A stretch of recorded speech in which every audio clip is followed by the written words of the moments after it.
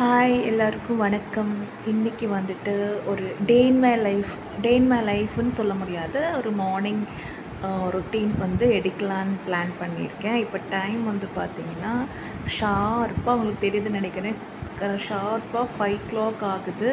நான் வந்து 4 o'clock alarm வச்சேன். 4 o'clock அலாரம் வச்ச உடனே வந்து எழுந்திரிக்க முடியாது என்னால். ஏன்னா கொஞ்சம் அப்படியே பரண்டு படுத்து 5 minutes கழிச்சு தான் எழுந்திருப்பேன். எழுந்திரிச்சு ப்ரஷ் பண்ணி குளிச்சுட்டு ஒரு 10 minutes வந்து ரிலாக்ஸாக உட்காந்துட்டு ஷார்ப்பாக 5 o'clock வந்து குக்கிங் ஸ்டார்ட் பண்ணிடணும் அப்படின்னு தான் இருக்கேன். எப்போவுமே வந்து 4 o'clock எழுந்திரிக்கணும் அந்த ஒரு முதல்ல 3 o'clock இருந்தேன். இப்போ வந்து அது 4 o'clock ஆகிடுச்சு. ஸோ லைஃப் ஸ்டைல் மாறும்போது கொஞ்சம் நம்ம மாற்றிக்க வேண்டியதான். ஸோ 4 o'clockங்கிறது ஸ்கூல் வீக் டேஸில் இப்படி தான். ஸோ 5 o'clock ஷார்ப்பாக 5 o'clock வந்து ஸ்டார்ட் பண்ணணும் அப்படி. ஸோ இப்போ வந்து 5 o'clock ஆகிடுச்சு. நான் இப்போ கிச்சனில் போய் இன்றைக்கி என்ன லன்ச் பண்ண போகிறேன், என்ன லன்ச் பாக்ஸ் அப்படின்ட்டு பார்க்கலாம். கிச்சனுக்கு வந்த உடனே ஃபஸ்ட்டு வந்து நான் சாதத்துக்கு தான் வந்து அரிசி வந்து அடுப்பில் வைப்பேன். ஏன்னா அதுதான் கொஞ்சம் டைம் எடுக்குங்கிறதுனால ஃபஸ்ட்டு எப்போவுமே வீக்டேஸில் லன்ச் பாக்ஸ் ரெடி பண்ணணும் அப்படின்னா சாதத்துக்கு தான் அரிசி வைப்பேன்.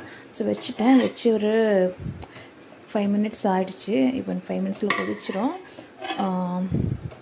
சாதம் வைக்கும்போது மதியானத்துக்கு எனக்கு சேர்த்து தான் வச்சுருவேன். இன்றைக்கி பசங்களுக்கு வந்துட்டு ஸ்கூல் கிடையாது. அவங்க ஸ்கூலில் எக்ஸ்போ வந்து கண்டக்ட் பண்ணுறாங்க 9, 10, 11. அதனால வந்து ஸ்கூல் அதுக்காக ரெடி ஆகிறதுக்காக வந்து அரேஞ்ச்மெண்ட்ஸ்லாம் பண்ணுவாங்கள்ல. அதனால் இன்றைக்கி ஒரு டுமாரோ கூட லீவாக தான் இருக்கும்னு நினைக்கிறேன். அதனால் பசங்களுக்கு லன்ச் வேண்டாம், என் ஹஸ்பண்டுக்கு மட்டும்தான். அப்போ கூட நாங்கள் எல்லாருக்கும் சேர்த்து தான் அரிசி போட்டாச்சு. இப்போ பசங்களுக்கு ஸ்கூல் இருந்தாலும் கூட என்னோடய ரொட்டீன் இதே தான் இருக்கும். ஏன்னா ஹஸ்பண்டுக்கு எப்படி லன்ச் எடுத்துகிட்டு போகணும்ல. அதனால் இன்றைக்கி என்ன லன்ச்சுன்னு பார்த்தீங்கன்னா கொத்தமல்லி சாதமும் பீன்ஸ் பொரியல் வந்துட்டு பீன்ஸ் வந்து நேற்றே வந்து நான் கட் பண்ணி வச்சுட்டேன். வெஜிடபிள்ஸ் எப்போவுமே எஸ்டர்டே வந்து கட் பண்ணி வைக்க முடிகிற வெஜிடபிள்ஸில் வந்து கட் பண்ணி வச்சுருவேன். உருளைக்கிழங்கு வாழைக்காலாம் கட் பண்ண முடியாது. ஸோ அதர்வைஸ் வெஜிடபிள்ஸ் கட் பண்ணி வச்சுருவேன். இப்போ ஏன் பீன்ஸ் வந்து கம்மியாக தான் இருக்குது. ஆக்சுவலி நான் 1/4 கிலோ வாங்கினேன். நடுவில் நான் வந்து நூடுல்ஸ்க்கெலாம் கொஞ்சம் எடுத்துட்டேன். ஸோ எப்படி இருந்தாலும் பீன்ஸ் வந்து பசங்க சாப்பிட மாட்டாங்களா. ஸோ என் ஹஸ்பண்டுக்கு மட்டும் போதும். அதனால் பசங்களுக்கு எப்படின்னா அப்புறமா வேறு ஏதாவது அவங்க சாப்பிட்ற மாதிரி தான் பண்ணணும். ஏன்னா லன்ச் பாக்ஸ் கொடுத்து அனுப்புகிறோன்னு வச்சுக்கோங்களேன், ஸ்கூலில் சாப்பிட்ருவாங்க. வீட்டில் இருக்கும்போது இந்த மாதிரிலாம் பண்ணி கொடுத்தா சாப்பிட மாட்டாங்க. டீச்சர்ஸ் கம்பல் பண்ணுவாங்கள்ல சாப்பிட்ணுன்னு சொல்லிட்டு, அதனால் சாப்பிட்ருவாங்க. அதனால் இன்றைக்கி ஸ்கூலுக்கு தான் நான் அந்த மாதிரி கொடுத்து அனுப்பிச்சிடுவேன், பீட்ரூட் எல்லாமே. அதனால் ஸோ வந்து அவங்களுக்கு தனியாக தான் பண்ணணும். ஸோ பீன்ஸ் வேஸ்ட் பண்ண வேண்டாம்னு சொல்லிட்டு அவங்களுக்கு வந்து நான் இது கட் பண்ணி வச்சுட்டேன். நேற்று கட் பண்ணி வச்சுட்டேன். அப்புறம் வந்து அதுக்கான வெங்காயம் தான். இந்த வெங்காயம் வந்துட்டு ரெண்டுமே ஒரு சின்ன சின்ன சைஸ் வெங்காயம் தான். கொத்தமல்லி சாதத்துக்காக இன்றைக்கி கொத்தமல்லி சாதம் தான். ஸோ அது அவருக்கு மட்டும்தான். ஸ்கூல் இருந்துச்சுன்னா பசங்களுக்கும் சேர்த்து கொடுத்துருப்பேன். வீட்டிலலாம் சாப்பிட மாட்டாங்க அங்கே கொடுத்தா. ஓகே, இப்போ வந்து பார்த்திங்கன்னா ஒரு அடுப்பில் அது ஆகிட்டுருக்கு. அடுத்த அடுப்பில் வந்து கொத்தமல்லி பொரியலுக்கு வைக்கணும். பொரியல் முடிச்சதுக்கப்புறம் தான் வந்து கொத்தமல்லி சாதத்துக்கு தாளிக்கணும். இது வந்து பார்த்திங்கன்னா நான் பிளாக் காஃபிக்காக வச்சுருக்கேன். காலையில் எழுந்திரிச்சு கொஞ்சம் அது குடித்தா தான் வந்து நமக்கு கொஞ்சம் பூஸ்டாக இருக்கிற எனர்ஜெட்டிக்காக இருக்கும்.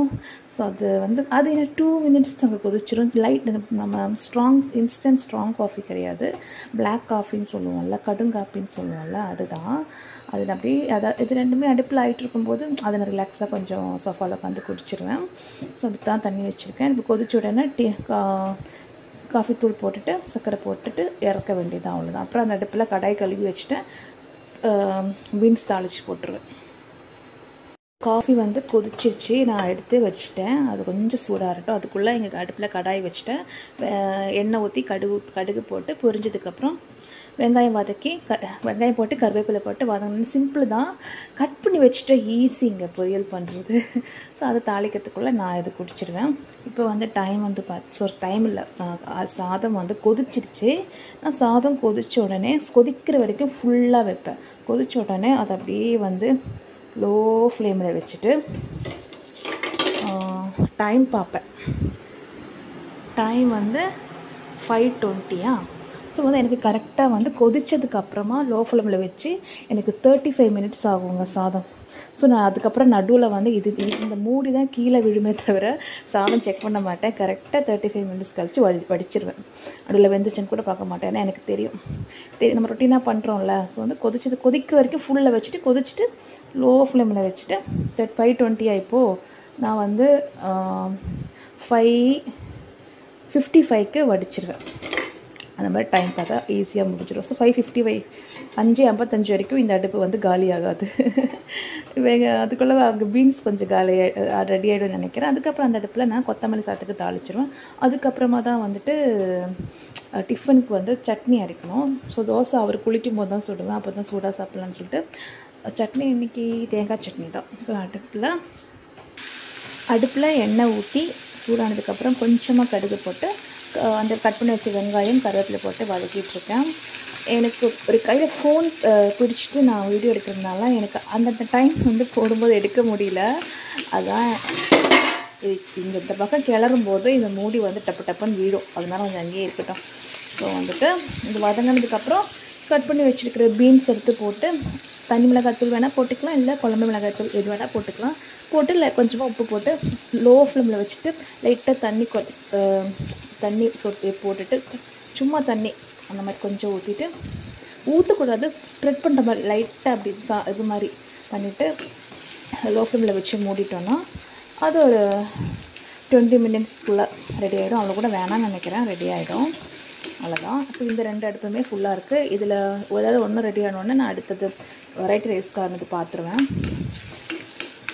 ஸோ இந்த காஃபி வந்து நான் எனக்கு ரெடி பண்ணிவிட்டேன். இப்போ இது லைட்டாக வதங்குற டைமில் நான் ரிலாக்ஸாக சோஃபாவில் உட்காந்து கொஞ்சம் நேரம் ரிலாக்ஸ் பண்ணிட்டேன். ஸோ இப்படி தான் என்னோடய மார்னிங் ரொட்டீன் போயிட்டே இருக்கும். நான் வந்து இப்போது ரிலாக்ஸ்டாக வந்து காஃபி குடிச்சிட்ருக்கேன். ஆல்மோஸ்ட் முடிய போகுது. அதுக்குள்ளே வந்து வெங்காயமும் வதங்கிடும். ரொம்ப கொஞ்ச நாள் முன்னாடி கூட என்னுடைய ஸ்டிச் பண்ண ப்ளவுசஸ் வந்து காட்டுங்க சிஸ்டர் அப்படின்னு சொல்லி என்கிட்ட ஒரு சிஸ்டர் கேட்டிருந்தாங்க. எனக்கு அதுக்கப்புறம் அது காமிக்கிறதுக்கு கூட வீடியோ எடுக்க முடியல. நான் நிறையெல்லாம் அவ்வளோ தைக்கலைங்க. நான் மொத்தமே வந்து ஒரு 3 தான் ஸ்டிச் பண்ணியிருப்பேன். நான் முடிஞ்சால் நான் வந்து இதில் இன்க்ளூட் பண்ண பார்க்குறேன். நான் ஒரு 3 மந்த்ஸ்க்கு அப்புறமா நேற்று தாங்க நான் ஒரு ப்ளவுஸ் தைக்க ஆரம்பிச்சிருக்கேன். கட் பண்ணி வச்சுட்டு 3 மாதம் ஆச்சு. எனக்கு லைஃப் சிச்சுவேஷன் ஒவ்வொன்றா மாறி வந்ததால் தைக்க முடியாமல் போச்சு. ஸோ இப்படியே போனால் மறந்துடுவோம், கஷ்டப்பட்டு கிளாஸ்க்கெலாம் போனோம். அதனால சொல்லி நேற்று தான் வந்து அந்த கட் பண்ணி வச்சதை நேற்று தான் எடுத்து பேக் போர்ஷன் ஸ்டிச் பண்ணியிருக்கேன். ஃப்ரண்ட் கப் கட்டிங் இருக்குல்ல, அதெல்லாம் ஸ்டிச் பண்ணிவிட்டு இன்றைக்கி பட்டி ஸ்டிச் பண்ணணும். வீடியோ எடுக்க முடியுமான்ட்டு தெரியல. நான் மார்னிங் ரொட்டீன் மட்டும்தான் ஷேர் பண்ணலாங்கிற மாதிரி தான் வீடியோ ஸ்டார்ட் பண்ணியிருக்கேன். நான் முடிஞ்சால் மேபி எடுக்க மாட்டேன்னு தான் நினைக்கிறேன். நான் வெங்காயம் வதங்கினதுக்கப்புறமா நான் பீன்ஸ் எல்லாம் போட்டாச்சு. பீன்ஸ் போட்டு நான் மிக்சட் மிளகாத்தூள் தான் போட்டு உப்பு போட்டு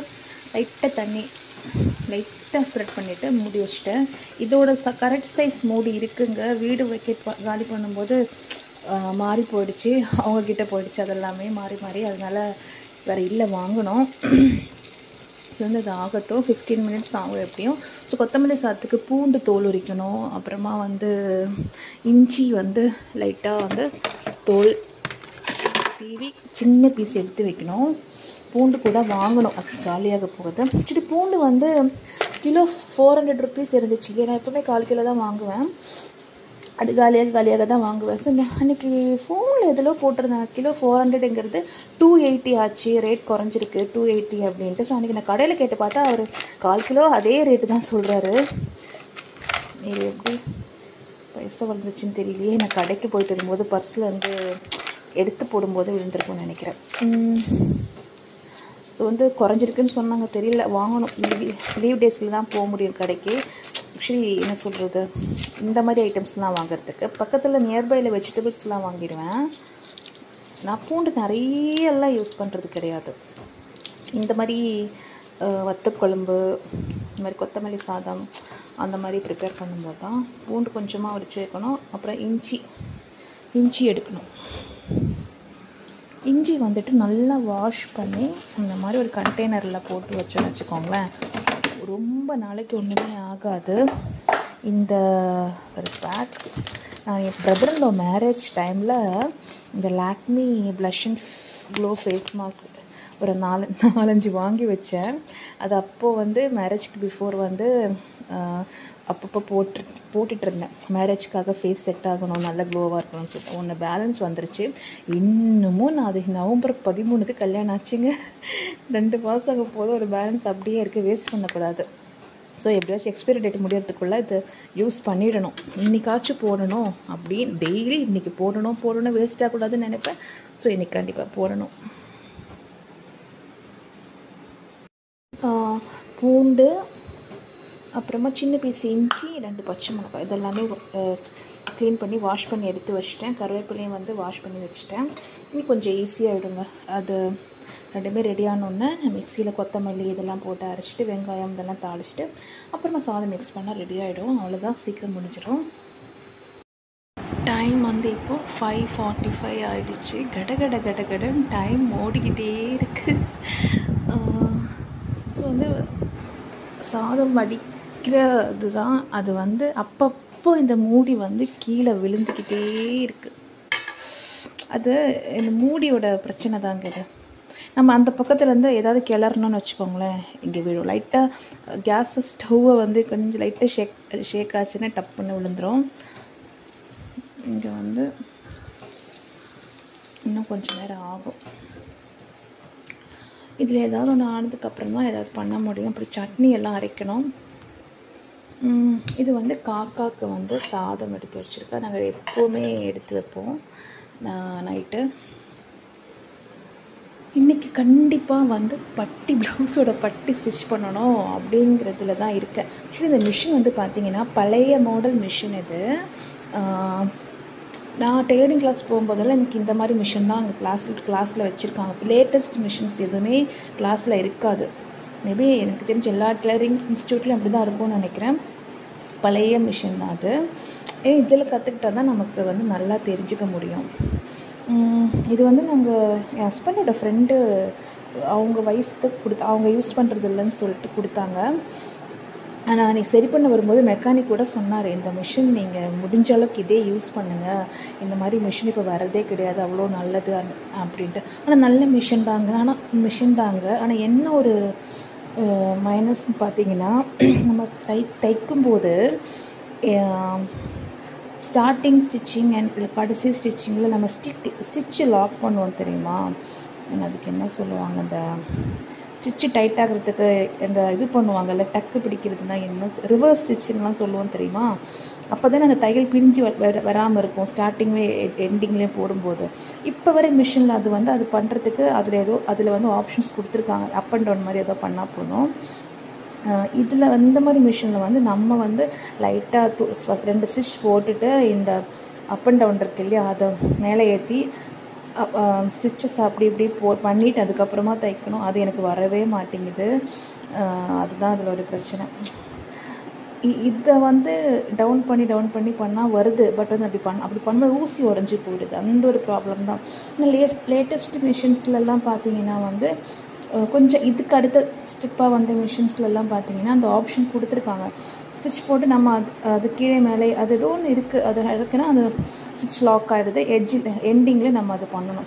அது பண்ணலைன்னா நம்ம ரன்னிங் ஸ்டிச் மாதிரி ஆகிடும்ல, அது பிரிஞ்சு வந்துடும்ல. அதுக்கு இன்னும் கரெக்டான வேர்டு இருக்குங்க, எனக்கு தெரியல. அதுக்குள்ள இல்லை, அது எனக்கு இதில் பண்ணுறதுக்கும் வர மாட்டேங்குது. நல்லா ப்ராக்டிஸ் ஆனவங்களுக்கு வந்துடும். வந்து அதை ஸ்டிச்சு ஈஸியாக அதை லைட்டாக மேலே தூக்கிட்டு ஸ்டிச்சிங்கை மேலே கீழே அப்படியே இறக்கணும். ஆனால் எனக்கு அது பண்ணும்போது ஊசி உடையுது. அதுதான் ஒரு ப்ராப்ளம். மற்றபடி ஒன்றும் இல்லை. அந்த புது மிஷின்லலாம் பெடலுக்கு கூட ஈஸியாக வருது. எல்லாம் அந்த மாதிரி நிறைய ஆப்ஷன்ஸ் புது மிஷின்ஸில் வந்துருச்சு. சாதம் வந்து வடிச்சிட்டேன். பொரியலும் வந்து ஆகிடும். இப்போது இப்போ வந்து நான் கொத்தமல்லி சாதத்துக்கு ரெடி பண்ணுறேன். கொத்தமல்லி வந்து ஒரு கெட்டு கொத்தமல்லி வாங்கினாங்க, 10 ருபீஸ். முதல்ல 15 இருந்துச்சு, இப்போ கொஞ்சம் குறைஞ்சிருக்கு. ஸோ இது எல்லாமே எடுத்திருக்கேன். கொஞ்சம் நான் வந்து எனக்கு தோசைக்கு சைடிஷ்க்கு எனக்கு இந்த மாதிரி புதினா சட்னி, கொத்தமல்லி துவையல் ரொம்ப பிடிக்கும். ஸோ அது கொஞ்சமாக எடுத்து வச்சுப்பேன். அதுக்காக தான் ஃபுல்லாக எடுத்தேன். அவருக்கு மட்டும்னா இவ்வளோ தேவையில்லை. ஸோ நல்லா வாஷ் பண்ணி எடுத்து வச்சுருக்கேன். இது கூட வந்து இந்த பூண்டு, பச்சை மிளகா, இஞ்சி இருக்குல்ல, அதுவும் அப்புறம் கொஞ்சமாக ஜீரகம் இது போட்டு மிக்சியில் போட்டு நல்லா அரைச்சி எடுத்துடணும். அதுக்கப்புறம் வந்து கடாயில் எண்ணெய் ஊற்றி கடுகு, அப்புறம் கடலைப்பருப்பு, வெங்காயம், கருவேப்பிலை, அப்புறம் பெருங்காயத்தூள் இதெல்லாம் போட்டு மிக்ஸ் பண்ணி கொஞ்சம் வதங்கினதுக்கப்புறமா இந்த அரைச்சி வச்ச விழுது இருக்கு இல்லையா, அது போட்டு அதை கொஞ்சம் நல்லா வதக்கி வச்சுட்டு அதுக்கப்புறம் வடித்து சாதத்தை போட்டு மிக்ஸ் பண்ண வேண்டியதான். கொஞ்சம் எண்ணெயும் ஒரு ஸ்பூன் நெய்யும் சேர்த்துக்கலாம், நம்ம நல்லாயிருக்கும். நான் ஏன் இப்போ ஓரலாக சொல்லிட்டேன்னா வீடியோ எப்படியும் என்னால் எடுக்க முடியாதுன்னு நினைக்கிறேன். ஏன்னா இப்போவே வந்து வீடியோ லெங்த் வந்து ரொம்ப அதிகமாகிடுச்சு. ஆல்ரெடி வீடியோ பார்க்க மாட்டாங்க, நான் ரொம்ப லாங் வீடியோ போட்டேன்னா சுத்தமாக பார்க்க மாட்டாங்க. அதனால தான் சூப்பர் போட்டு அரைக்க போகிறேன். பார்த்திங்கன்னா நான் கொத்தமல்லி சாதத்துக்கு இதெல்லாம் அரைச்சி வச்சுட்டேன். இது ஒரு 1 மணி நேரம் கழிச்சிட்டு அப்புறமா தாளித்தா போதும். அப்புறம் தேங்காய் சட்னி அரைச்சி ரெடி பண்ணியாச்சு. ஆல்மோஸ்ட் என்னோடய வேலை எல்லாம் முடிஞ்சிடுச்சு. அவர் குளிக்கிற டைமில் தோசை சுடணும், அவ்வளோதான். அப்புறம் சாதம் மிக்ஸ் பண்ணி பேக் பண்ண வேண்டியதான். பொரியல் கூட நான் பேக் பண்ணியில் எடுத்து வச்சுட்டேன் பாருங்கள். மோஸ்ட் முடிஞ்சிருச்சு. இப்படி தான் என்னுடைய மார்னிங் ரொட்டீன் ஆஸ் யூஷுவல். பசங்களுக்கு ஸ்கூல் இருந்தாலும் இல்லைனாலும் அவருக்கு ஆஃபீஸ் போகிற டைமில் இப்படி தான் இருக்கும். அதர்வைஸ் வந்து லீவ் டேஸில் வந்து இதெல்லாம் காலையில் பண்ண தேவையில்லை, அப்புறமா தானே பண்ணோம், அது வேறு மாதிரி போயிட்டுருக்கோம். ஆனால் உண்மையை சொல்லணுன்னா லீவ் டேஸில் வேலை முடியாத மாதிரியே ரொம்ப டிலே ஆகுற மாதிரியே இருக்கும். வேலை இருக்கிற ஸ்கூல் இருக்கிற டைமில் சீக்கிரம் முடிஞ்சிருமோ, நம்ம நிறைய ஃப்ரீ டைம் கிடைக்கிற மாதிரி இருக்கும். ஸோ எப்படின்னாலும் எனக்கு இந்த வீக் டேஸ் தான் ரொம்ப பிடிச்சிருக்கு. கொஞ்சம் ரொம்ப நேரம் தூங்கலாம் லீவ் டேஸில், கொஞ்சம் எக்ஸ்ட்ரா நேரம். மற்றபடி வேலை லேட்டாக தாங்க முடியும். இந்த மாதிரி ரொட்டீன் தான் வந்து எனக்கு பிடிக்கும். ஸோ ஓகே, அந்த யூஸ் பண்ண வெசல்ஸ் வரைக்கும் வாஷ் பண்ணிவிட்டேன். இன்னும் கொஞ்சம் நேரத்துக்கு ஃப்ரீ தாங்க. வந்து பார்த்திங்கன்னா கரெக்டாக 6:40 ஆகுது. ஸோ வந்து இந்த vlog வந்து நான் இங்கே முடிச்சுக்கிறேன். எவ்வளோ லெங்க்த்தாக போயிருக்கேன்ட்டு தெரியல. ஸோ ஸ்டாப் பண்ணிக்கிறேன். இந்த வீடியோ உங்களுக்கு பிடிச்சிருந்ததுன்னா ப்ளீஸ் சப்ஸ்கிரைப் பண்ணிக்கோங்க, லைக் பண்ணுங்கள். நெக்ஸ்ட் ஒரு இன்ட்ரெஸ்டிங்கான vlogல பார்க்கலாம். பாய்.